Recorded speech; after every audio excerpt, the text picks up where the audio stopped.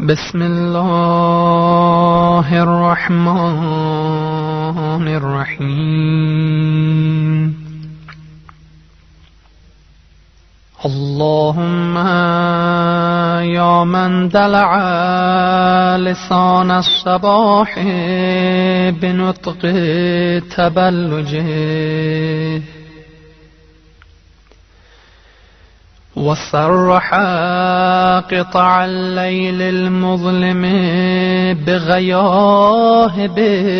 تلجلجه وأتقن صنع الفلك الدوار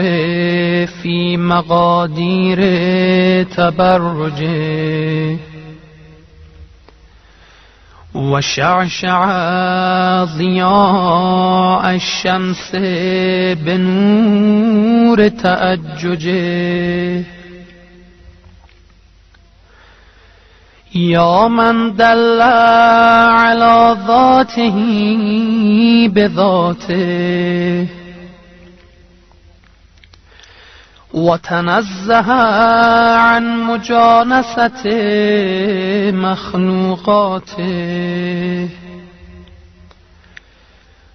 وجل عن ملائمة كيفياته يا من قرب من خطرات الظنون وبعد عن لحظات العيون وعلم بما كان قبل أن يكون يا من أرقدني في مهاد أمنه وأمانه وأيقظني إلى ما منحني به من مننه وإحسانه وكف السوء عني بيده وسلطانه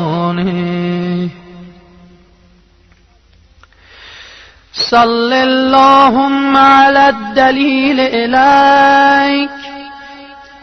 في